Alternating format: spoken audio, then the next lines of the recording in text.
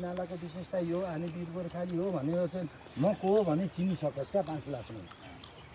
5 क्लासदेखिको उसको करियरको गयो अब त्यहाँ किनभने उसले संस्कृति बुझिसक्यो नि त यता बुझिसक्यो उसले म यो हो भनेपछि अब उसको विषयको कुरामा जान्छ 5 क्लास सब्जेक्टको कुरा त्यो करियरको कुरा म्याक्सिमम 25 वर्षमा चाहिँ डक्टर त्योभन्दा माथि छैन होइन अन्त त्यहाँदेखि त उसले त बिहे गर्नु पर्यो पैसा कमाउनु पर्यो दुनियाँ दिवाना गर्नु पर्यो नि त यार अनि 25-30 वर्षसम्म चाहिँ पढाइमै झोलाइराख्यो होइन अनि त्यो लगानी हुन्छ लाखौँ रुपियाँ अनि त्यो शिक्षाले यहाँ रोजगारी दिन्छ विदेशमा लखेड्नुपर्छ भाडा मान्नलाई होइन अनि कसरी उपलब्धि हुन्छ त्यो शिक्षाले कामै दिएन नि त तर हामीले शिक्षा नीति अपनाउँदाखेरि चाहिँ डक्टर भइसक्दाखेरि हाम्रो दुईवटा तरिकाको डक्टर चल्छ एउटा अहिले विज्ञानको साइन्सको तरिकाले चल्यो एउटा वैदिकताभित्रको चाहिँ एउटा डक्टरीहरू हुन्छ नि कुनै खाली होइन के गरेको भाइ भन्नु तपाईँ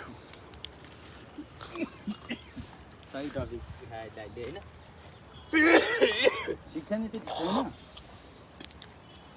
कसले अनावश्यक पढाउने हैन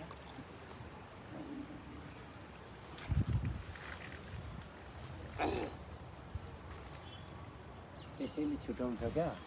त्यो राशि भयो दर्शन शास्त्र यता पुर्खा खोज्नु नेपाल अब नेपाल त जाने भने राष्ट्रले जाने भने नि भाइ मा कसम म चाहिँ राज्य व्यवस्थापनमा अगाडि म त्यो ठाउँमा म भएको भए नि म लेखेर दिन्छु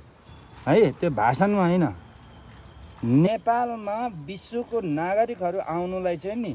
भिसा चाहिँ 3 वर्षदेखि अगाडि एप्लाई गरेर बस्नुपर्ने खालको नीति त्यो भूमि हो त्यो राष्ट्र हो यो है तर हामी चाहिँ अमेरिकाको विदेशको भिसा लेबर भिसाहरू कुरिराखेको हुन्छ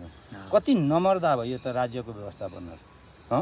हाम्रो भिसा लाग्नुपर्ने र भिसा लाग्नुको अर्थ पनि छ नि त हामी त भिसा के हो त्यहाँ घुम्नु जाने काम गर्नु जाने तर यहाँ त उनीहरू आइसकेपछि अध्ययन अध्यात्मक योग साधना दर्शन केन्द्र भूमि यो देवभूमि पवनभूमि ऋषिभूमि मानव सभ्यता संस्कृति भूमि उनीहरूले अध्ययन गर्ने यो ठाउँ हो नि त उनीहरू त हरेक कुराबाट उनीहरूले त फाइदा छ तर हामी चाहिँ अहिले अर्काको देशमा भाडा मान्नुलाई चाहिँ भिसा लाएर जानुपर्ने अरे अनि यस्तो राज्य व्यवस्थापनहरूलाई चाहिँ फेरि रातो कार्पेट श्रम रोजगार चाहिँ लेबर भिसाहरूको सम्झाएर चाहिँ एउटा समृद्धिको कुरा गर्छ नेताहरू लाज लाग्दैन यिनीहरूलाई अनि यस्ताको पछि लागेर हिँड्ने यो योजना अहिलेको युवा नेताहरूसँग छ